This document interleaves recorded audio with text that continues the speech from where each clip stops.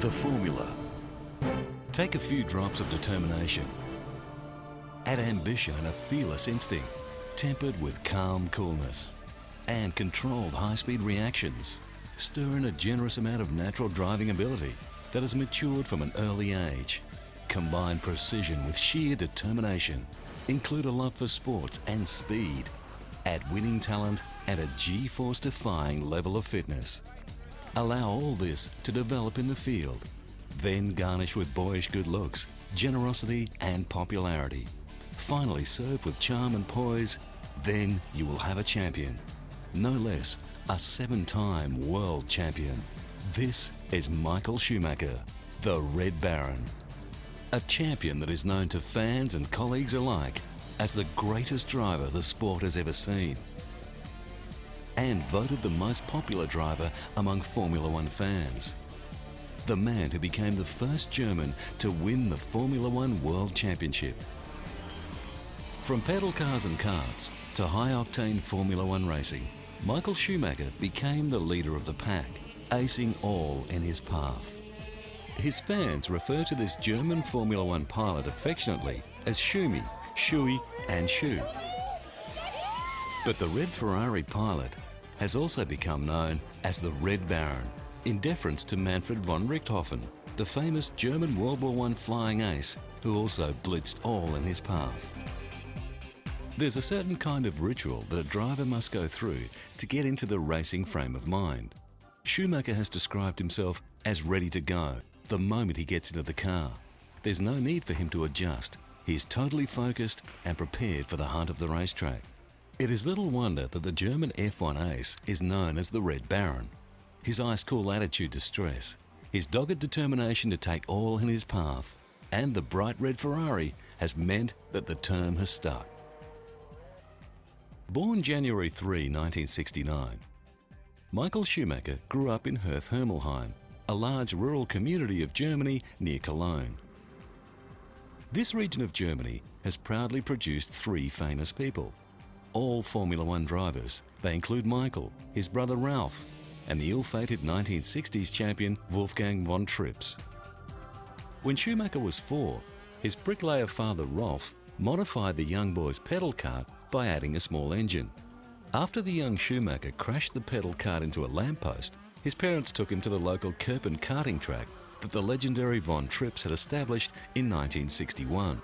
Championed and encouraged by Rolf, his cash-strapped father, the youngest member of the karting club soon had a new kart, which had been cobbled together from recycled parts. Nevertheless, by the age of 6, Schumacher had won his first club championship.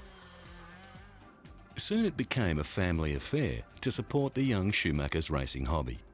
Mum Elizabeth worked at the track's canteen stand, while his dad took on a second job renting and repairing karts at the Köppen circuit. By the age of 10, Schumacher's ability on the karting track had attracted the attention of a local sponsor, who, combined with the help of family and friends, supplied the necessary cash for him to continue in the sport. It was not long before the promising champion blitzed the entire karting field, chalking up victory after victory. By the end of the 1985 season, the German Junior Championship was his for the second year running. Now he was truly getting into his stride, with the 87 season culminating with his greatest achievements to date. Both the German and European Senior Kart Championship were his. All this success had not gone unnoticed. 1988 was a big year for the teenage Schumacher. He took his leave from school, began a career as a motor mechanic, and launched headfirst into Formula racing. His prowess and winning reputation at the helm of karts enabled him to attract further sponsorship and move into the high-speed world of open-wheel Formula racing, When former hotelier Willy Webber, a racing enthusiast and car salesman, invited Schumacher to test drive his Formula 3 car, the results convinced Webber to back the teenager's career. This was the beginning of one of the most successful management contracts of all time. For the next 2 years, funded by Webber, he competed in the German F3 series, winning the title in 1990. Towards the end of 1990, he joined the Mercedes Junior Racing program in the World Sports Prototype Championship. This was an unusual move for a young driver. Most of Schumacher's contemporaries would instead compete in Formula 3000 on their way to Formula 1. However, Webber advised Schumacher that exposure to professional press conferences and driving powerful cars in long-distance races would help his career. 2 years later, he stood third on the dais of the German F3 Championship, but went on to win that title a year later. Finally, Michael was able to show the world what he had learned in his kart days.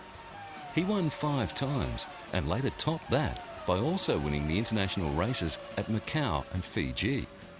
A year later also saw his Formula 3000 debut, where he finished second in the Japanese series. But it was enough to attract the eyes of many in the F1 market. With Webber at the helm of the burgeoning champion's career, Schumacher made his Formula 1 debut with the Jordan team at the 1991 Belgian Grand Prix. Despite retiring on the opening lap of the race with clutch problems, Schumacher had impressed the Jordan team on his first outing in an F1 car. He had qualified for a 7th grid position on a track that he had not driven beforehand. He had only ever ridden a bike around it. This was to be Schumacher's only race for Jordan, with rival team Benetton swiftly signing him up for the very next race. Schumacher finished the 1991 season with 4 points in 6 races. After overcoming contractual issues with Mercedes, Schumacher took his place on the podium for the first time at the 1992 Belgian Grand Prix. The race at Spa, a circuit that was to become his favourite track, showed for the first time his winning ability on a wet racetrack. He went on to finish the season in 3rd place in the drivers' rankings with 8 podium finishes. He continued with the Benetton team and in 1993 saw him win a superb race in Portugal, rounding off the season 4th overall. Michael stunned the Grand Prix world when he was quicker in the Benetton than Senna was in the Williams. The 94 season saw Schumacher leading in the World Championship stakes, despite the setback from a 2-race ban. At the headquarters of the sport's governing body in Paris, Schumacher failed with an appeal against the ban. The punishment was imposed by the FIA after the German driver ignored a black flag at the 94 British Grand Prix. The flag, which orders a car back into the pits, was shown to Schumacher after he broke the rules by overtaking Williams driver Damon Hill on the warm-up lap. Schumacher was also disqualified from the later Belgian Grand Prix for a technical infringement, and the gap between him and Hill on the championship table was reduced to 21 points. Hill stood to close the gap to 1 point if he won the 2 races in the Benetton driver's absence. This was not to be. With his October win at Jerez in Spain, Schumacher had chalked up 10 wins in 50 starts and retained a 5-point lead over Britain's Damon Hill. The youngest driver ever to compete for the World Championship, his confidence was subdued as they went into the Japanese Grand Prix at Suzuka. It would be nice if this will be the race which decides the World Championship, because this means the only driver who can get World Champion is me, because I have a 5-point advantage, and if somebody can come out of Suzuka as a champion, it would be me, as I said. But I think it's going to be very difficult. Suzuka is a circuit which I like personally very much, but as we have seen, we are very tight with Williams and Damon Hill together, and it's going to be very, very difficult for us.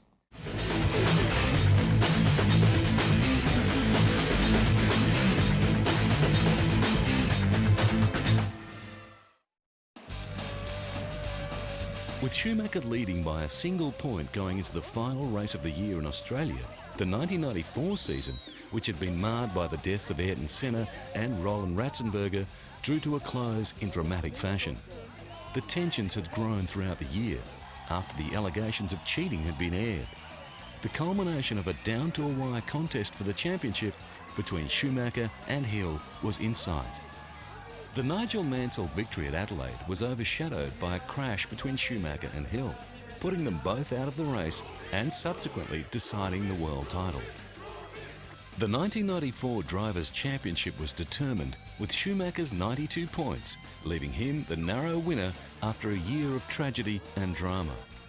For the youngest ever driver and the first German to win the Formula One World Championship, the celebrations were short-lived, as the British tabloids saw that one of theirs had lost and they went on the attack. Amid growing controversy surrounding the circumstances of his win, a subdued crowd met the 25-year-old world champion when his plane touched down in pouring rain at Frankfurt on his return to Germany.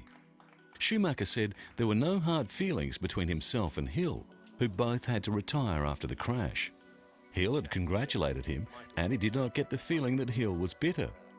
It would have been better to have won the Australian race to win the title, as the crash was not a nice way to end it. Schumacher said he had steering problems throughout the race, but did not look in his mirror because he was concentrating so hard on the steering. By the time he saw Hill, it was too late to stop, but if Hill had waited, he could have overtaken later. Michael Schumacher offered his World Championship triumph to the memory of Ayrton Senna. Schumacher, in typical self-depreciating manner, had shrugged off praise to honour the Brazilian champion.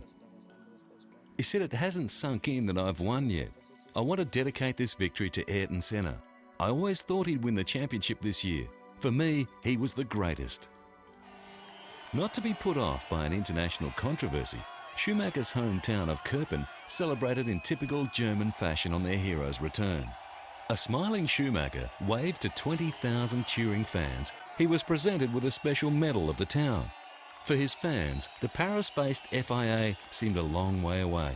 I know that there have been some investigations in future situations. The 1995 season was just as successful. Schumacher effectively defended his title with Benetton.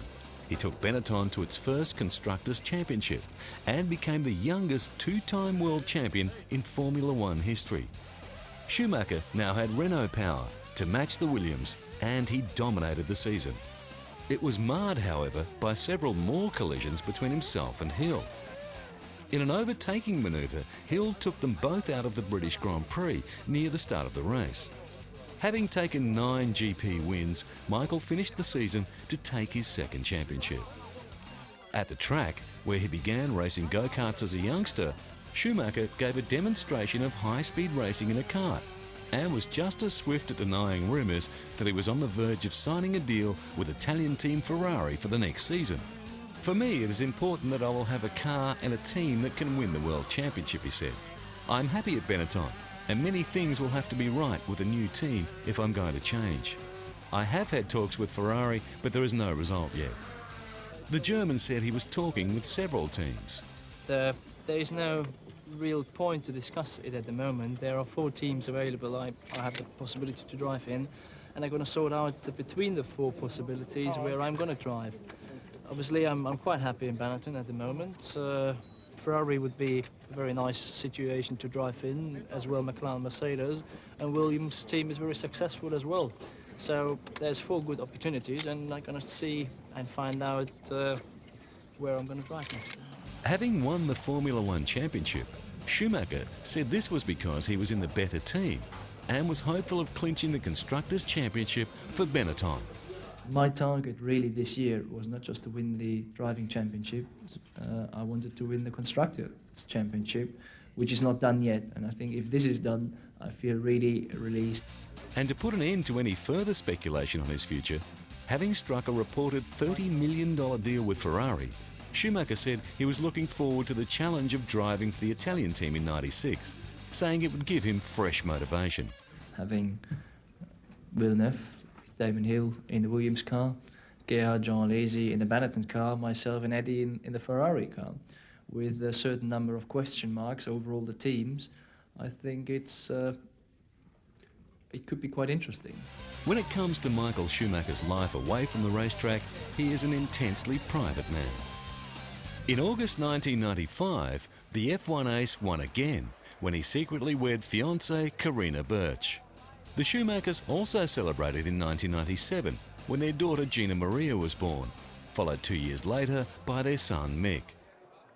Ferrari was a sort of option, but it wasn't very serious initially, because when I think about Ferrari at the time, were my thought, didn't finish many races, didn't win a lot of times, so it was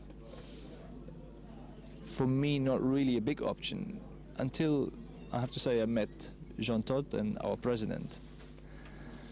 When I met these people, the story changed a lot, because with the human aspect I got to know a little bit more about the team, and my choice was a lot more easy.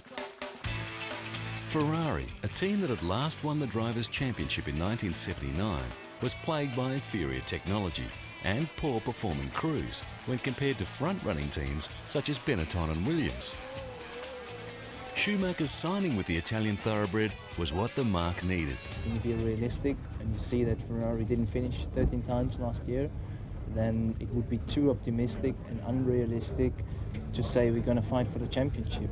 I would like to fight for a couple of victories, that if I could achieve that, I would be perfectly happy. It has developed something which I would have never expected, because the initial time being in Formula 1 was like you being in somewhere in the sea with not one or two sharks, with thousands of sharks around you, and you don't know which one is the one who's going to bite you first. With being in Ferrari, I learned that most of the sharks were dolphins. They were very, very nice. Described at the time as looking more like a jet fighter than a racing car, Ferrari's new Formula One contender, the F310, was their big hope for the 1996 World Championship Challenge. Combined with a new driving team of Schumacher and Eddie Irvine, times were changing at Camp Maranello. The new car, designed by Briton John Barnard, was unveiled at a press conference in the team's Italian headquarters. A confident Ferrari president, Luca de Montezelmo, made clear his hope that the new team would win at least 3 Grands Prix this season. In front of more than 500 journalists, Schumacher had joined fellow driver, Ireland's Eddie Irvine, Fiat chairman and Ferrari's major shareholder, Gianni Agnelli. Schumacher held firm in his belief that he would win the driver's title for a 3rd time, in this, his first season with his new team. The former Benetton driver said, "I'm not downplaying my chances. However, I have to be realistic. We are starting something new here, and I have a very high motivation. In fact, I spent 4.5 years at Benetton, and I felt quite empty. We'd achieved everything together, and I needed a new motivation here," added Schumacher. I had the chance even to earn more money in another team. The money is one part. I want to be paid what I feel I should be paid for the job I'm doing compared to other racing drivers. In 1996, Schumacher finished 3rd in the Drivers' Championship, despite the team having reliability trouble, causing Schumacher not to finish 6 of the 16 races. True to his prediction, he won 3 races, more than the team's total tally for the period from 1991 to 1995. The first of these came at the Spanish Grand Prix, where he lapped the entire field up to 3rd place in the wet, using an uncharacteristically flamboyant oversteering style. The legendary Stirling Moss was to add later about Schumacher's driving in the 1996 Spanish Grand Prix. It was not a race, it was a demonstration of brilliance. And by the end of '97, Michael's bid for the World Drivers' Championship was thwarted when he had ended the season in controversy. Michael Schumacher and Jacques Villeneuve had fought for the title all year. Villeneuve, driving the superior Williams FW19, led the championship in the early part of the season. However, by mid-season, Schumacher had taken the championship lead, winning 5 races and entering the season's final Grand Prix with a 1-point advantage. Fans in Schumacher's birthplace of Kirpen in Germany were disappointed when he crashed out of the European Grand Prix and subsequently out of the running for the Drivers' Championship. Schumacher fans were lapping up their hero's progress as Schumi led the European Grand Prix and seemed likely to come away from the Jerez circuit with his 3rd World Championship title. "It doesn't come more exciting than this," said one fan at Kirpenbar. Another explained he had nothing against Canadian Jacques Villeneuve, who was Schumacher's rival to take the title, but he just didn't want his hero to lose. But when Schumacher developed a fault on his car and clouted Villeneuve's car as the Canadian overtook him, the fans' faces fell. "It was his fault," said one fan. "It was sad, but it was his own fault." Schumacher retired from the race and Villeneuve scored 4 points to take the championship. Schumacher was held to be at fault for the collision and was disqualified by the FIA from the Drivers' Championship. Jacques Villeneuve spoke out shortly after the International Motorsport Federation's ruling on the accident. He made light of the decision to strip Schumacher of his second place in the '97 Formula One Championship. Villeneuve expected Schumacher would have received more severe sanctions for trying to force him off the track at Jerez. Villeneuve said it was not a punishment. The FIA let him keep his victories. But the ramifications of his actions at Jerez were not to stop there for Schumacher. The FIA had stripped Schumacher of his runners-up position in the World Championship, but failed to suspend him for the collision at Jerez in Spain when Villeneuve finished third to clinch the championship. If the Canadian had gone out of the race, then Schumacher would have taken the driver's title for Ferrari. The FIA announced the decision at a news conference in the west of London. The authorities decided that Schumacher did act deliberately, but not in a premeditated way. The exclusion of Schumacher from the 1997 championship meant he lost all points while preserving the race results. With an uncharacteristically stressed appearance, Schumacher said after the hearing that he was very sorry for Ferrari fans and for Formula One in general for what he had done. It's something I obviously accept due to the mistake and action has happened on the circuit in Jerez, and I think it's for me personally it's quite a tough decision if you see losing my second position, because with Ferrari to have a second position in my record, it means something. But on the other side, I have to admit that I have done a mistake and I have done what I did, and I have to accept, and I do accept, the penalty. The 1998 season saw Ferrari's performance improving throughout the year, with times particularly faster in the second half. Michael regained some ground after the ignominy of '97 with 6 wins and 5 other podium places. In '99, Schumacher's skill helped Ferrari win the Constructors' title, but he lost his chance to win the Drivers' Championship at the British Grand Prix, the 8th meeting of the year, when disaster struck. Schumacher was flown to hospital with a broken right leg after suffering the biggest crash of his Formula One career at the Silverstone race. He had careered into a triple tyre wall at about 200 kilometres per hour after the race had already been red flagged to stop because driver Jacques Villeneuve had been left standing on the grid. He suffered a double clean break of the lower right leg and bruising to his chest. Chief Executive of the hospital, David Wilson, had the facts. Michael Schumacher was admitted to Northampton General Hospital this afternoon. He was assessed by the surgical team and found to have sustained a straightforward fracture of the right tibia and fibula. Schumacher was second in the championship running at the time, behind Finnish world champion Mika Hakkinen, who had to retire at Silverstone with car trouble. Ferrari director Jan Todt added that Ferrari has still to investigate the cause of the accident and admitted the car might have had rear brake failure. We don't know precisely yet what had happened. Probably he had a brake problem, but we have to investigate, and of course as soon as we will have further information we will be able to let you know. Todd made the point that if it was not for the improved safety after the fatal crash with Brazilian Ayrton Senna at Imola in 1994, the consequences could have been much more serious.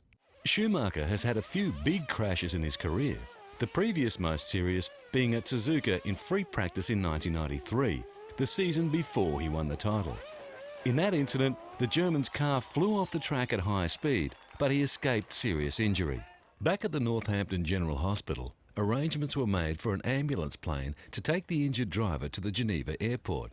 At the time, Schumacher had a home in the town of Vuffens-le-Château, Switzerland, and it was there that he was expected to start his recovery treatment at a local Swiss clinic.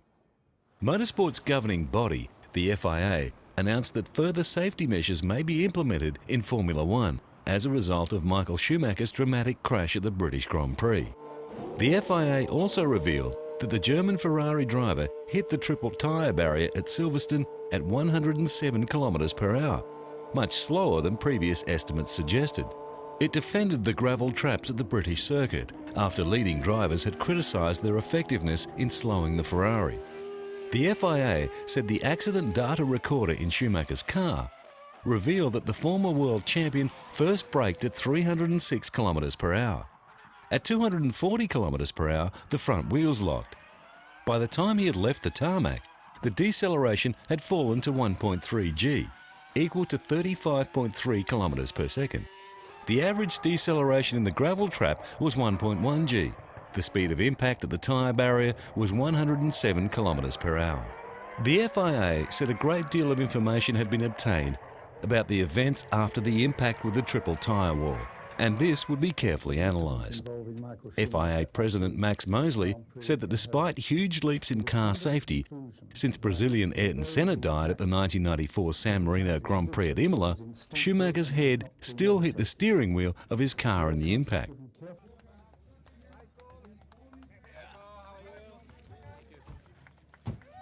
Less than 3 months later, Michael made a public appearance to announce his return to racing. Schumacher told a news conference that he would be racing for the Ferrari team, and not simply to support his teammate Eddie Irvine's World Championship bid. The 30-year-old, looking slightly tired and speaking quietly, confirmed his commitment to racing. In qualifying, I'm definitely 100%. I don't know whether I'm different to before. For sure, in certain race conditions, it will be difficult for me if the race goes flat out from the first to the last lap. But I'll have to see myself how I'm going to do in that situation. Schumacher admitted his fitness was below its normal high level, but said he felt capable of winning the Malaysian race, even though he had not yet done a full simulated race distance in testing since his crash earlier in the year. As I said before, I mean, obviously my fitness is not as it used to be before. On the other side, it's not that poor either. And hot weather, tough race for sure can affect on one side, and various weather circumstances, you're never able to predict them in a 100% certain way. So if there's going to be rain, dry, and or a thunderstorm, you never know what will be the right decision. So it can affect everywhere. The year ended with Schumacher receiving a hero's welcome as he attended a traditional end-of-season Ferrari Open Day at Vallelunga racetrack. Ferrari tifosi, or fans, were on hand in the thousands to support their favourite team, which had won the Constructors' Prize in Formula One. Schumacher was obviously relishing the adoration of the team's faithful fans that turned up in chilly weather and chanted his name repeatedly. Although thwarted in the 99 Drivers' title, this was Ferrari's way of saying that they will be back next year with a vengeance.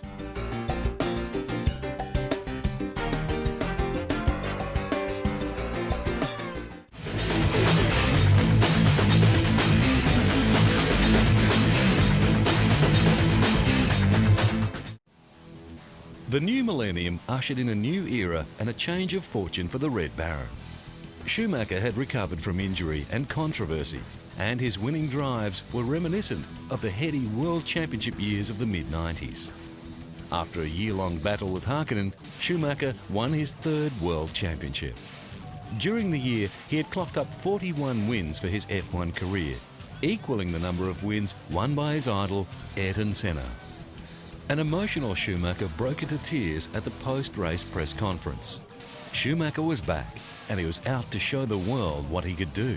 Michael Schumacher has shown such dominance right from the beginning of the season. Ferrari car is probably better than it's been ever before, so you see a huge influence on his own technical ability inside the team. And I think we should just enjoy him because he is the world's best driver, and while he's around,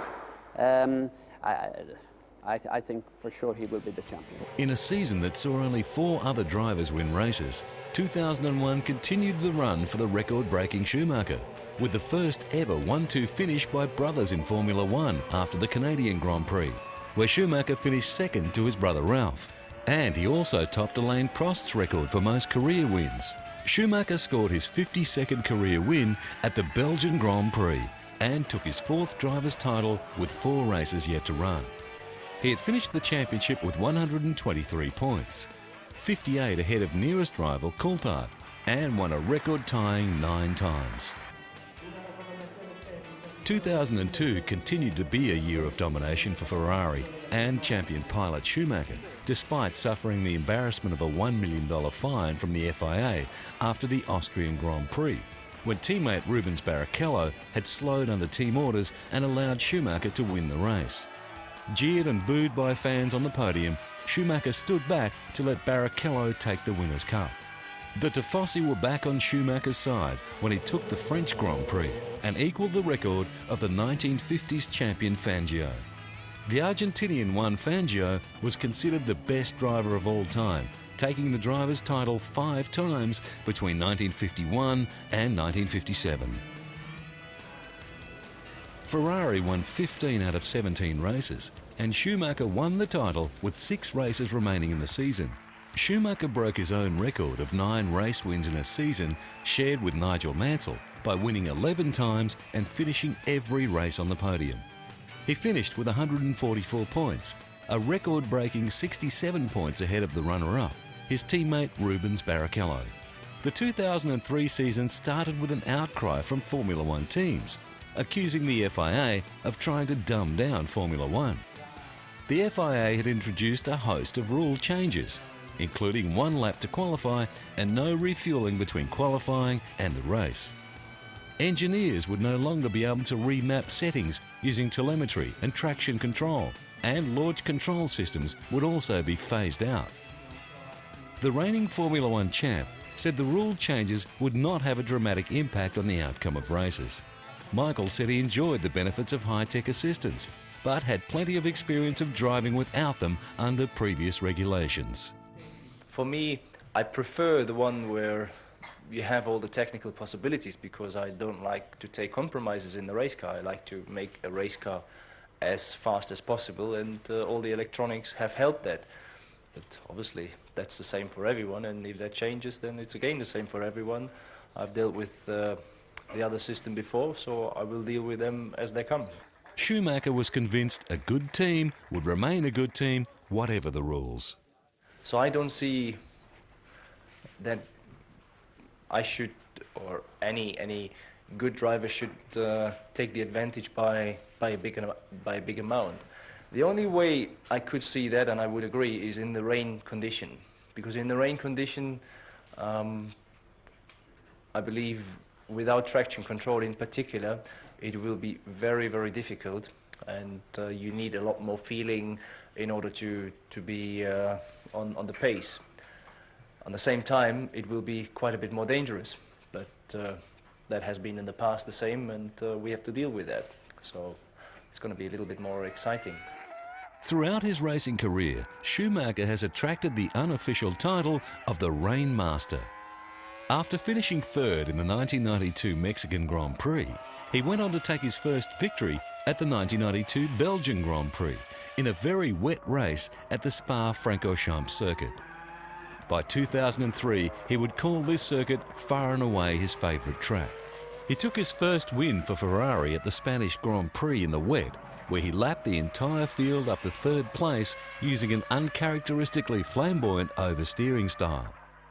The Ferrari driver believed that some of the younger drivers would struggle without high-tech driving aids. He added that the younger drivers with little or no experience of driving without electronic aids would probably be the first to suffer from the new rules. It will change for some young drivers who seem to get on very easy with Formula One at the moment to a certain speed. That will change, because with the amount of power we have, with the amount of grip we have, if you imagine that we don't have all those technical possibilities, which I'm sure they save quite a lot of problems for young comers in Formula One, because they be supported with all the systems, and you can make your car very safe. Not the fastest, but safe, and they get the feeling, and you can get them into the system. So that will be a lot more difficult in my view. Later in the year, rumours were rife that Schumacher intended quitting Formula One. There is nothing else I would wish to do, and as long as I'm competitive, as long as I love to do what I'm doing, there is no need to think about stopping it. 34-year-old Schumacher repeatedly had to fend off questions about his future. The main point is simply the love of the sport. Honestly, what could be better than to do what you love to do it in a team where you be friends with everybody, and just things go smoothly. At the time, Schumacher needed just 1 point to overtake Juan Miguel Fangio's record and claim an unprecedented 6th world title. The 2003 season for the reigning champion had not got off to a good start. In fact, Schumacher ran off the track in race 1, and in the following 2 was involved in collisions. By race 4, he was starting at a 16 points drop behind Kimi Räikkönen. Pulling himself back from the abyss, Schumacher won at San Marino Grand Prix and the next 2 races, and closed within 2 points of Räikkönen. By mid-season, Schumacher's further win in Canada had been eclipsed by a dominating Williams team. His brother Ralph and Juan Pablo Montoya had clocked up 2 wins apiece. By the final round of the year in Japan, with Montoya out on penalties after the US Grand Prix, only Schumacher and Räikkönen remained in contention for the title. Schumacher needed only 1 point, whilst Räikkönen needed to win. By finishing the race in 8th position, Schumacher gained the necessary point, 2 ahead of Räikkönen, and assured his place in the record books with his 6th World Drivers' title. With 4 years of unprecedented success behind them, Ferrari were heading into 2004 confident they would continue with their top achievements. Basically, I foresee a very tough competition for this year. We know our rivals are strong, but we will be strong too. I have no doubt. Taking the winner's podium in 12 of the first 13 races of the season, Schumacher recorded his 7th driver's title at the Belgian Grand Prix. Now, my life in Formula One is just very relaxed and easy and nice. I just enjoy the time being here. We have a great success. My private life has been turning out in a fantastic way. It's just a love dream I live.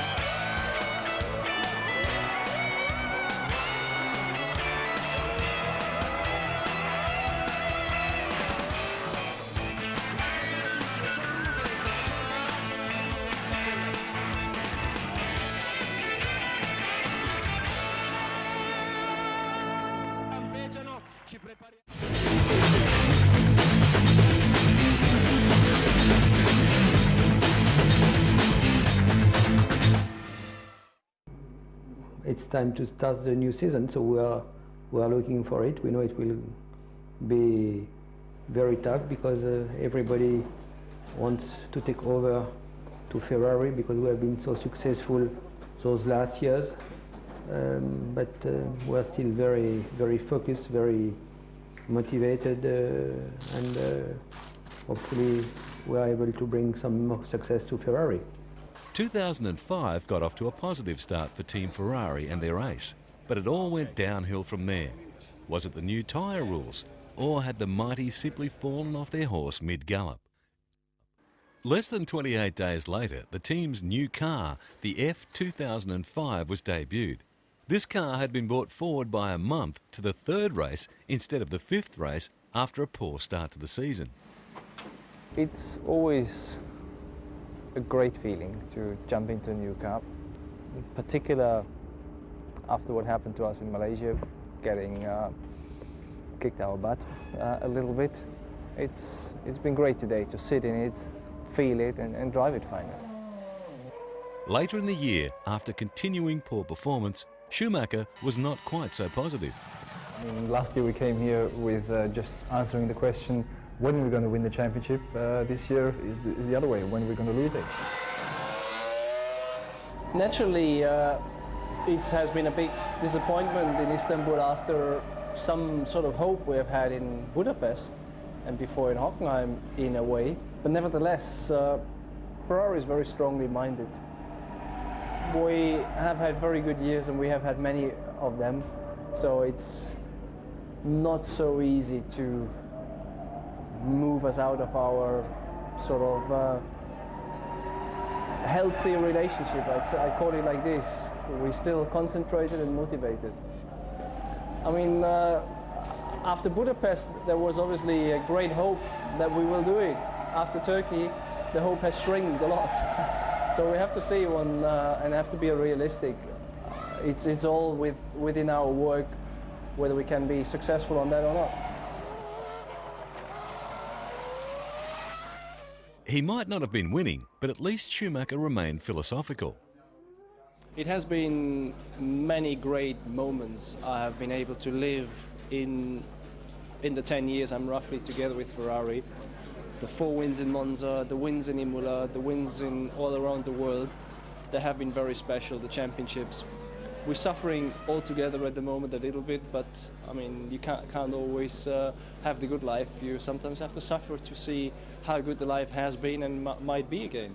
By year's end, Schumacher had tallied just 1 win at the US Grand Prix, which nobody noticed, as most of the field had withdrawn for safety reasons. He had retired in 6 of the 19 races. He had finished the season in 3rd with 62 points, less than half the points of world champion Fernando Alonso. And to add further speculation on his retirement, Schumacher said this at the end of the season. I have a contract which goes until the end of next year. At some stage next year, I want to make up my mind to how is my future looking. But full concentration is, first of all, to organize and sort out the problems to be competitive next year. The run of 6 consecutive constructors' titles that Ferrari had won ended abruptly that year. Something had changed. And while 2006 was still young, speculation and rumours were rife, and at Ferrari's winter retreat in Madonna di Campiglio, Schumacher refused to rule out the possibility he might race for another team in 2007. I think, honestly, I said it very clearly, and I really mean it. It's 99% Ferrari. Nothing else. Team boss Jan Todt said the Formula One team would not put any pressure on the 7-times world champion to make an early decision about his future beyond the coming year.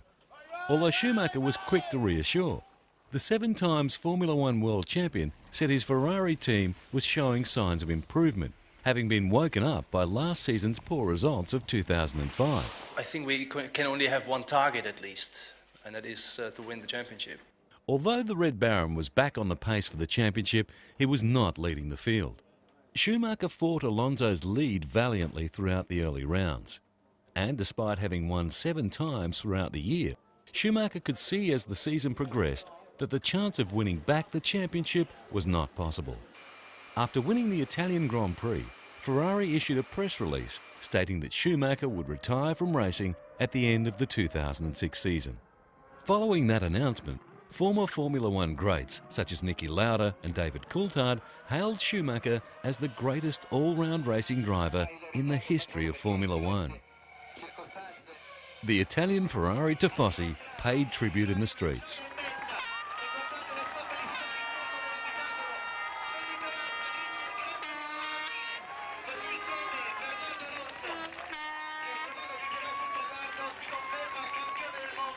And back home, the German fans were distraught. For most of them, an era had come to an end. Men, women and children were seen crying. Holger Hofmeier, a 35-year-old professional soldier, said Michael is really a likeable guy. He's a warm-hearted person, honest and open and the world's best race driver. Germans like that. I liked it. My children liked it. My entire family. There is only one true race driver, Michael Schumacher.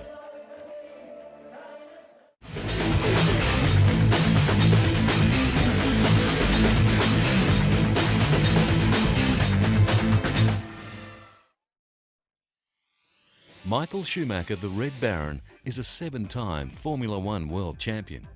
He is quite simply the greatest driver the sport has ever seen, earning $650 million in salary and endorsement deals, putting him on par with superstar athletes David Beckham and Tiger Woods.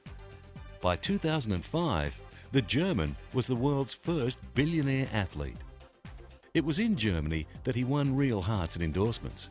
A German investment firm once paid him $8 million over 3 years to wear their badges on his post-race cap. In recent years, he has donated at least $50 million to third world causes, including $10 million for aid after the 2004 Indian Ocean earthquake. His donation surpassed that of any other sportsperson, most sports leagues, many worldwide corporations, and even some countries. His manager told the media his goal is to turn the retiring champion into an advertising emperor, as he keeps his existing personal sponsors and works on new super deals. His total fortune now reportedly surpasses $800 million. For a man who thrived on speed, Schumacher did and still does avoid the Formula One party circuit, shunning the celebrity spotlight. A family man, he now lives with his wife and children in Switzerland, in a castle he built for $50 million. So the lanky kid from regional Germany, who became a dedicated kart racer before he completed high school, has shown that whatever he desires to do, he does with such expertise and acclaim that the world has watched in awe. His exceptional ability to pilot a Formula One car ahead of the field pulled the lagging Italian thoroughbred race team Ferrari back from the doldrums. Amassing a record 7 world championships, no other driver has come close to him. With his boyish good looks and charm, his unwavering devotion to his family, and his dedicated support to those less fortunate than him, all this combines to make the ingredients for one exceptional human being. For this is Michael Schumacher, the Red Baron.